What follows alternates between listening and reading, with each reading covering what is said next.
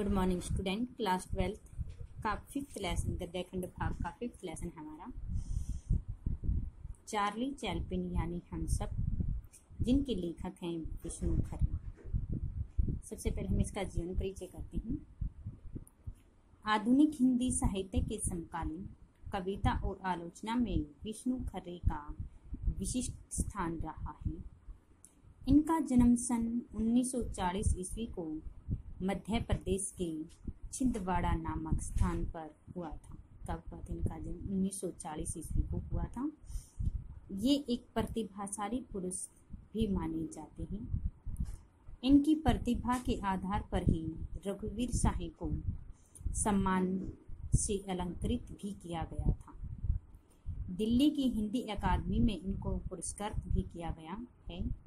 इन्होंने हर प्रकार के, जैसे मैथिली सेनगुप्त सम्मान, फिनलैंड राष्ट्रीय सम्मान, the order of the white rose नामक सम्मानों से भी इसे सुशोभित किया जा चुका है। इनकी रचनाएं हैं। विष्णु खरे जी की निम्न रचनाएं मानी जाती हैं। नंबर 1 कविता संग्रह, खुद अपनी आंख से एक गैर रोमानी समय में, सबकी आवाज पर्दे में, पिछला बाकी आदि इनकी प्रमुख रचनाएं मानी जाती हैं। आलोचना की पहली किताब सीने आलोचना, सिनेमा पढ़ने के तरीके, अनुवाद, मध्य प्रदेश और अन्य कविताएं, यह चाकूस में आदि है। साहित्यिक विशेषताएं, विष्णु खरे की हिंदी साहित्य के प्रमुख साहित्यकार कवि भी माने जाते हैं। इन्होंने हिंदी जगत को अत्यंत गहन विचारात्मक काव्य भी प्रदान किया है। इन्होंने विश्व साहित्य का गहन अध्ययन भी किया है और उनकी रचनात्मक तथा आलोचनात्मक लेखन का विशेष रूप से प्रयोग किया है। के बाद में इनकी भाषा शैली है। विष्णु खरे अपने साहित्य लेखन में शुद्ध साहित्यिक तथा खड़ी बोली का प्रयोग किया गया है। इनकी भाषा शैली प्रसंगानुकूल तथा भावानुकूल और भी है। तत्सम तद्भव शब्दों का प्रयोग किया गया है। उर्दू, अरबी, फारसी आदि भाषाएं भी इन्होंने प्रयोग में की। वर्णात्मक, चित्रात्मक आदि शैलियां भी हैं। इनकी भाषा शैली में मुहावरे तथा लोकोक्तियों का भी विशेष प्रयोग किया गया है। अब इनकी बात में इनकी सार है चार्ली चैप्लिन का। यदि यह वर्ष चैप्लिन की जन्म शती का न होता तो यानी कि चैप्लिन की जन्म से लेकर कि यह वर्ष चैप्लिन की जन्म शताब्दी का न होता तो चैप्लिन के जीवन का एक महत्वपूर्ण वर्ष होता, क्योंकि जो चैप्लिन है वह पश्चिमी देश का एक महान हास्य अभिनेता है। क्योंकि आज उनकी पहली फिल्म मेकिंग ए लिविंग के 75 वर्ष पूरे हो चुके हैं। चार्ली चैप्लिन की सबसे पहली फिल्म कौन थी? Making a living. इनको कितने वर्ष हो चुके हैं? 75 वर्ष हो चुके हैं।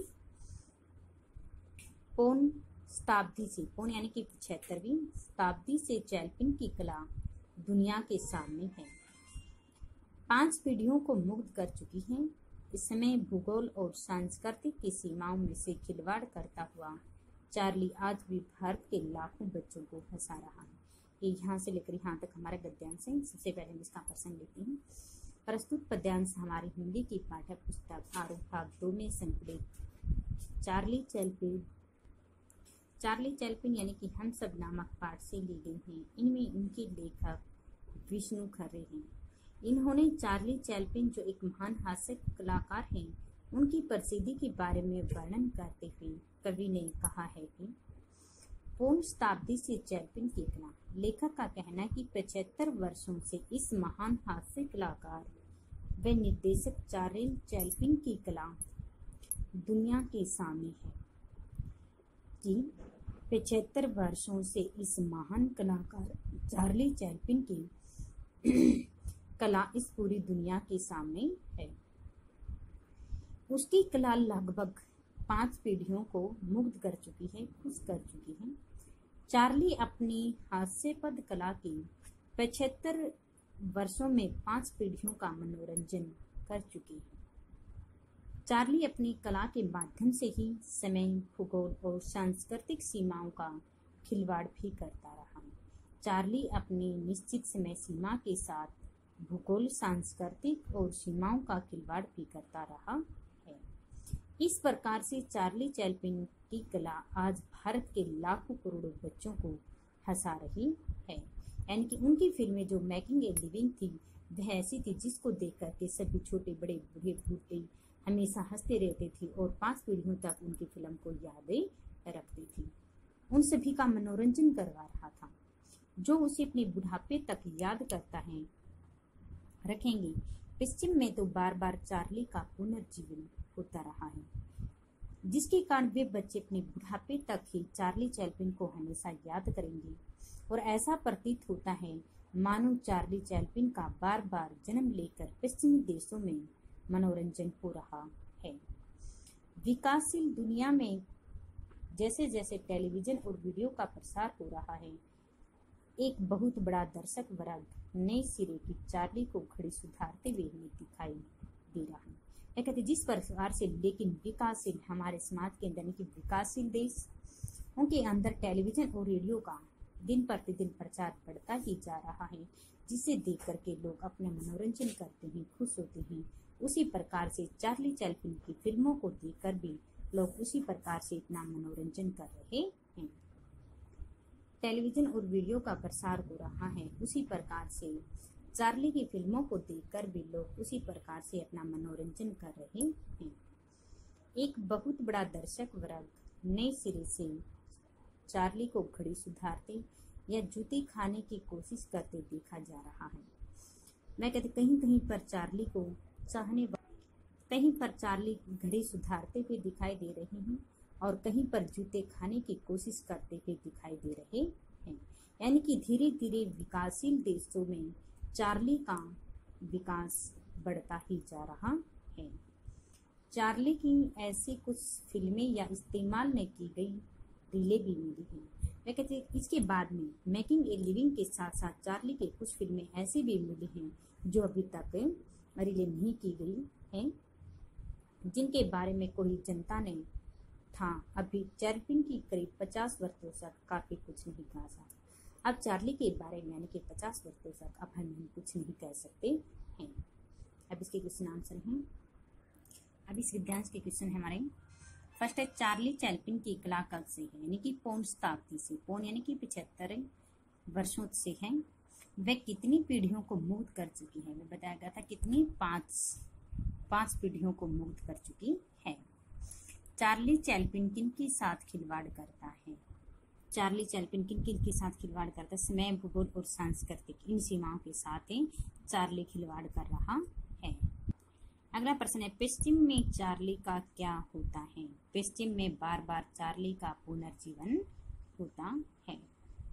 अगला है विकासशील देशों में चार्ली की प्रसिद्धि कैसे बढ़ रही है, कि विकासशील देशों में चार्ली की प्रसिद्धि कैसे बढ़ रही है। विकासशील दुनिया में जैसे जैसे टेलीविजन और वीडियो का प्रसार हो रहा है, वैसे वैसे उसकी प्रसिद्धि चार्ली चैपलिन की प्रसिद्धि भी बढ़ रही है। कहीं कहीं पर वह दर्शकों के सामने घड़ी सुधारते हुए और कहीं पर जूते खाने की कोशिश में उसे देखा गया है। चार्ली की बुढ़ापे तक कौन याद रखेंगे, चार्ली को बुढ़ापे में लाखों करोड़ों जो बच्चे हैं वो याद रखेंगे, क्योंकि उनकी जो फिल्में होती हैं वो फिल्में ही ऐसी हैं जो लाखों करोड़ों बच्चों को हंसा रही हैं और उनके समय, भूगोल और आदि का खिलवाड़ करते हुए भी उनके कर्तव्य हमें कहीं कहीं पर दिखाई दे रहे हैं। आगे हैं उनकी फिल्में भावनाओं पर टिकी हुई हैं, बुद्धि पर नहीं। यानी कि चार्ली चैपलिन की जो फिल्में होती हैं वे केवल उनकी भावनाओं पर, उनकी बुद्धि पर नहीं है। Metropolis the cabinet, doctor Caligari, the Rowan seal, lost year in Marienbad, the sacrifice फिल्में दर्शक के एक उच्चतर एहसास की मांग करती हैं। चैपलिन का चमत्कार ही नहीं बल्कि उनकी फिल्मों को पागलखाने के मरीजों, वकील, मस्तिष्क लोगों से लेकर के आइंस्टाइन तक महान प्रतिभा वाले व्यक्ति तक कहीं एक स्तर पर और कहीं सूक्ष्म तक रसवादन के साथ देख सकते हैं कि चार्ली की फिल्में के वह कहते हैं कि उनकी फिल्मों को देखें। पागल खाने में जो मरीज हैं, वकील हैं, साइंटिस्ट यानी कि वैज्ञानिक जो लोग हैं, सभी उनकी फिल्मों को देखना पसंद करते हैं। चैपलिन ने सिर्फ फिल्म कला को लोकतांत्रिक बनाया, बल्कि दर्शकों की तथा वर्ण व्यवस्था को भी तोड़ा। यह एक कारण नहीं है जो भी व्यक्ति समूह या तंत्र बराबरी नहीं मिटाना चाहता, वह अन्य संस्थाओं के अलावा चैपलिन की फिल्मों पर भी करता है। चैपलिन भीड़ का वह बच्चा है जो इशारे से बतला देता है कि राजा ही नंगा है, जितना मैं हूँ भीड़ हंस देती है। कोई भी शासक या तंत्र जनता के ऊपर हंसना पसंद नहीं करता। एक परित्यजित तथा दूसरे दर्जे की स्टेज अभिनेत्री का बेटा। ये हमारा गद्यांश है, ये यहाँ से लेकर के यहाँ तक सेकंड। सबसे पहले इसका प्रसंग लिखना है कि इन पंक्तियों में भी इनकी लेखक विष्णु खरे जी हैं। इन्होंने इन पंक्तियों में किस चीज का वर्णन करते हुए बताया है कि राजा उतना ही नंगा जितना भीड़ उन पर हंस देती है। जब वो चार्ली एक भीड़ में ऐसी बातें करता है तो वह कहते कोई भी शासक जनता उस पर हंसना पसंद नहीं करता है। उसके बारे में बताया गया है। इसमें लेखक का है कि समाज का कोई भी शासक या तंत्र जनता का अपने ऊपर जनता का अपने ऊपर हंसना पसंद नहीं करता। वे कहते कि शासक चाहे कैसा भी हो और कोई भी, वह कभी नहीं चाहता कि जनता उस पर हंसे या उसका हंसी मजाक उड़ाई, वह जनता का हंसी पात्र बनकर रह जाए। ऐसा कोई भी शासक नहीं चाहता। एक परित्यजित दूसरे स्टेज अभिनेत्री का बेटा कि चार्ली एक दूसरे दर्जे की स्टेज अभिनेत्री का बेटा है। स्टेज अभिनेत्री यानी कि उसके पिता ने उसकी माँ को छोड़ दिया था, इसलिए वह छोड़ी हुई पिता की संतान है, अभिनेत्री का बेटा है। बाद में भयावह गरीबी और माँ के पागलपन से संघर्ष करना पड़ा। जब उसके पिताजी ने उसकी माँ को छोड़ दिया था, उसके पश्चात उसकी माँ पागल सी हो गई थी और अपनी माँ के इस पागलपन का भी उसने साथ साथ में वह संघर्ष करता रहा है। साम्राज्य औद्योगिक पूंजीवादी तथा सामंतशाही से मगरूर एक समाज द्वारा दुत्कारा जाना। वे कहते हैं कि माँ के पागलपन से संघर्ष करना पड़ा। चार्ली को साम्राज्य की औद्योगिक क्रांति, पूंजीवादी सामंतशाही के नशे में चूर इस समाज के लोगों ने चार्ली को दुत्कार दिया है, क्योंकि उसका कोई भी मान सम्मान नहीं रखता था। सभी लोग ये कहते थे कि ये एक पागल स्त्री का या छोड़ी हुई अभिनेत्री का बेटा है, इसलिए उसको कोई भी व्यक्ति सम्मान नहीं देता था। लेकिन उसने अपना धैर्य लेकिन फिर भी कभी नहीं छोड़ा। यदि कोई व्यक्ति से दुत्कार देता तो उसका सम्मान नहीं करता था, फिर भी चार्ली चैपलिन अपना धैर्य नहीं खोता था। हर परिस्थितियों का वह डटकर सामना करता था। जीवन मूल्य मिले जो करोड़पति हो जाने के बावजूद अंत तक उनमें रहे। चार्ली हमेशा यह सोचता था कि यदि भगवान जन्म दे तो ऐसी परिस्थितियों में संघर्ष करते हुए ऐसी घर में जहां पर यानी कि उनके पिताजी करोड़पति हों और उसे किसी प्रकार की कठिनाइयों का सामना न करना पड़े। लेकिन चार्ली ने तो हर प्रकार की परिस्थितियों का संघर्ष करते हुए अपने जीवन मूल्य मिले हैं जो आजीवन उनके साथ ही हमेशा के लिए रहेंगे। ऐसे जीवन मिले हैं कि उसकी सभी लोग हमेशा तक उसे याद रखेंगे। वह छोटी हुई एक अभिनेत्री का बेटा है, एक गरीब परिवार से है, लेकिन उसका ये जीवन मूल्य तो केवल उसे हमेशा हमेशा के लिए उसके साथ ही रहेंगे। यहाँ तक कि जीवन की समृद्धि प्राप्त करने के लिए करोड़पति बन जाने पर भी ये सभी जीवन मूल्य हमेशा उसकी, यदि चार्ली हमेशा करोड़पति भी बन जाता है तो ये जीवन मूल्य तो उसके फिर भी समाप्त नहीं होंगे। ये जीवन मूल्य तो उसे हमेशा हमेशा के लिए फिर भी रहेंगे। अपनी नानी तक के चार्लिन खाना बदोशों से जुड़े हुई थी और वे सभी अपने जीवन मूल्य उनमें रहे और प्रतिकूल परिस्थितियों को वो प्राप्त कर सके। इसके बाद में इसका विशेष लिखना है कि लेखक ने चार्ली की संघर्ष पूर्वक जीवन का वर्णन किया गया है। भाषा सहज सरल है, प्रसंगानुकूल भी है, तत्सम तत्भुज शब्दों का प्रयोग भी किया गया है और कहीं कहीं पर वर्णनात्मक शैली भी है। अब इसके क्वेश्चन आंसर हैं। फर्स्ट पर्सन है, जैसे इसमें पाठ का नाम क्या है? चार्ली चैप्लिन यानी कि हंसक। लेखक कौन है इनकी? विष्णु खरे। चार्ली चैप्लिन कौन था? अभी बताया गया था कि चार्ली चैप्लिन पश्चिम का एक बहुत बड़ा हास्य कलाकार था। चार्ली चैप्लिन चैप्लिन पश्चिम का एक बहुत बड़ा हास्य कलाकार था और एक परित्यजता तथा दूसरे दर्जे की स्टेज अभिनेत्री का पिता था, जिसको उसके पिताजी ने छोड़ दिया। अगला है, चार्ली चैप्लिन को पूंजीवादी समाज ने क्यों ठुकरा दिया था? क्यों ठुकरा? कि चार्ली चैप्लिन को पूंजीवादी समाज ने इसलिए ठुकरा दिया था क्योंकि वह दूसरे दर्जे की स्टेज अभिनेत्री का बेटा था। इस कारण पूंजीवादी समाज ने उसे ठुकरा दिया था। अगला है, चार्ली चैप्लिन का जीवन मूल्य कहाँ से प्राप्त हुआ था? कहाँ से प्राप्त हुआ? चार्ली चैप्लिन एक गरीब परिवार से था और उसकी माँ, इसके साथ गरीब परिवार में उसका जीवन व्यतीत हुआ था। इसके साथ साथ उसने अपनी माँ के पागलपन का संघर्ष का सामना भी उसने कराना पड़ा था। जो साम्राज्य औद्योगिक पूंजीवादी सामंतवाही से मगरूर एक समाज ने उसे ठुकरा दिया था, दुत्कार दिया था। फिर चार्ली कहता है कि ये सारे के सारे जो जीवन मूल्य हैं, ये यदि मैं करोड़पति व्यक्ति भी बन जाता हूँ तो भी ये सारे के सारे जीवन मूल्य फिर भी मेरे साथ हमेशा हमेशा के लिए रहेंगे। आप इस आगे हैं कि अपनी नानी के जीवन की खाना बदोशों से जुड़े हुए थी, यानी कि खाना बदोशी यानी कि दूसरी जो जाति होती है उससे जुड़ी हुई थी और यह सुदूर रुमानी संभावना बनी। एक तो खाना बदोशी व्यक्तियों से जुड़े हुए थे, एक इसकी माँ का पागलपन के संघर्ष का सामना यानी कि दूसरे दर्जे के अभिनेत्री का बेटा कहा गया है। शायद उस खाना बदोश औरत में नतीयता रही हो, खाना बदोश औरत में यह भारतीयता रही हो, क्योंकि यूरोप के लोग भारत से ही गए थे और अपने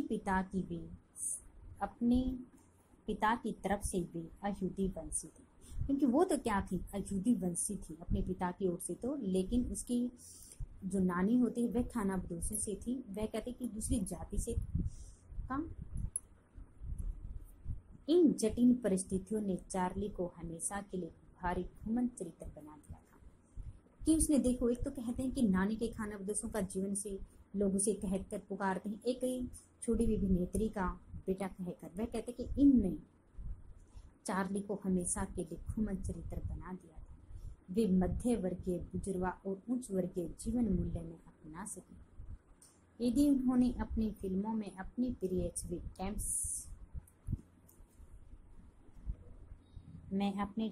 बद्दू खाना बदोश आवरागर्द की प्रस्तुत की है तो उसके कारण उसके अविचेतन तक पहुंचते। चार्ली पर कई फिल्मी समीक्षकों ने ही फिल्म कला के उस्तादों और आजीविकी यानी कि मानविकी के विद्वानों ने सिर धुने ही और उन्हें नेति कहते हुए यह मानना पड़ता कि चार्ली पर कुछ नया लिखना कठिन होता जा रहा है। जहाँ तक हमने पढ़ा उसके क्वेश्चन आंसर बनते हैं, उसमें से हमारा जैसे फर्स्ट क्वेश्चन बन गया है, लेखक ने ऐसा क्यों कहा है कि अब चार्ली पर करीब 50 वर्षों तक काफी कुछ कहा जाएगा? कि चार्ली चैप्लिन 50 वर्षों तक काफी कुछ नहीं कहा जा सकता, इसलिए कहा गया है क्योंकि आम लोग चार्ली चैप्लिन की जन्म शताब्दी मना रहे हैं और वह समय भूगोल तथा सांस्कृतिकताओं का खिलवाड़ करते भी चार्ली चैप्लिन की मेकिंग ए लिविंग जो फिल्म थी वह भारत के लाखों करोड़ों बच्चों को हंसा रही है, जिसको लोग बुढ़ापे तक हमेशा हमेशा के लिए याद रखेंगे।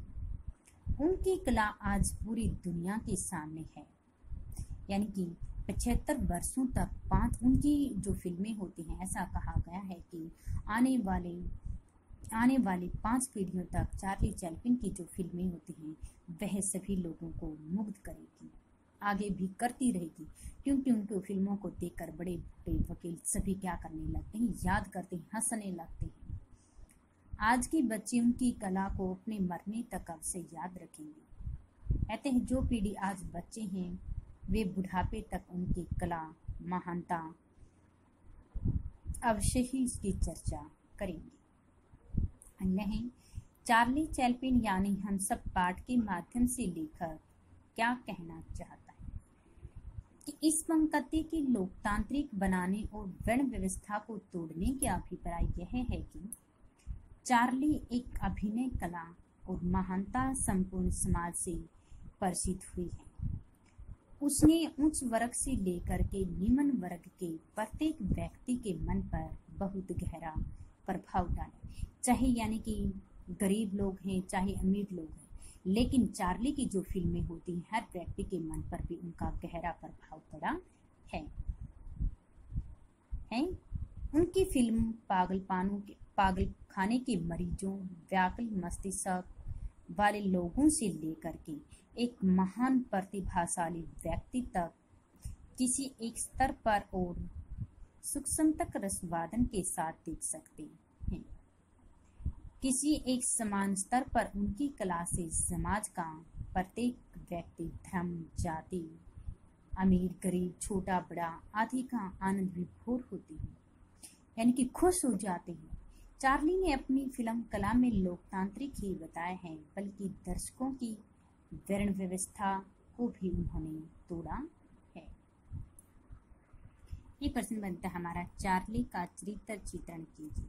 चार्ली एक महान हास्य अभिनेता निर्देशक थे। वे दूसरे दर्जे की अभिनेत्री द्वारा यानी कि परित्यजता द्वारा छोड़ेगी। परित्यजता यानी कि दूसरे दर्जे की स्टेज अभिनेत्री का बेटा था, जिसके न के पिता ने उसकी मां को छोड़ दिया था। मां के पागलपन का संघर्ष कर उन्होंने अपना जो जीवन होता है वह गरीबी में बिताया था। साम्राज्य पूंजीवादी सामंतवादी मगरूर समाज को भी उन्होंने दुत्कारा है। इनके जीवन में ही हार नहीं मानी, लेकिन फिर भी वह चार्ली हमेशा अपनी फिल्मों को आगे बढ़ाता रहा, अपनी साहस को बढ़ाता रहा। संस्कृति की विदेशी वे किसी भी संस्कृति से विदेशी नहीं लगते हैं। चार्ली ने सिर्फ कला को लोकतांत्रिक बनाया, बल्कि दर्शकों के वर्ग तथा वर्ण व्यवस्था को भी उन्होंने तोड़ा है। आगे हैं, दर्शक अभी तक चार्ली के विषय में बड़ी रुचि से क्या देख रहे हैं। दर्शक चार्ली को कभी तो घड़ी सुधारते भी और कभी बताया था जूते खाने की कोशिश करते भी बड़ी रुचि से देख रहे हैं। अगला है, चार्ली के विषय में नई जानकारी किससे प्राप्त हो सकेगी और इस विषय में अभी कितने समय तक कुछ नहीं कहा जा सकता कि चार्ली के जीवन कला और फिल्मों से जुड़ी ऐसी फिल्में इस्तेमाल की गई कि चार्ली के जीवन में उनकी जीवन कला से संबंधित फिल्में ऐसी इस्तेमाल की गई हैं जिनके विषय में पहले तो ऐसा कुछ नहीं कहा जा सकता, बल्कि उनके द्वारा लगाया गया 50 वर्षों तक उनकी जो फिल्में होती हैं 50 वर्षों तक कुछ नया कहा जाएगा। चार्ली की फिल्मों के प्रशंसक किस वर्ग के माने जाते हैं। चार्ली की फिल्मों के प्रशंसक उनकी जो फिल्में होती हैं वे पागल खाने के मरीजों, वकील, मस्तिष्क से लेकर के आइंस्टीन जैसे महान कलाकार भी इसी वर्ग के अंदर आते हैं।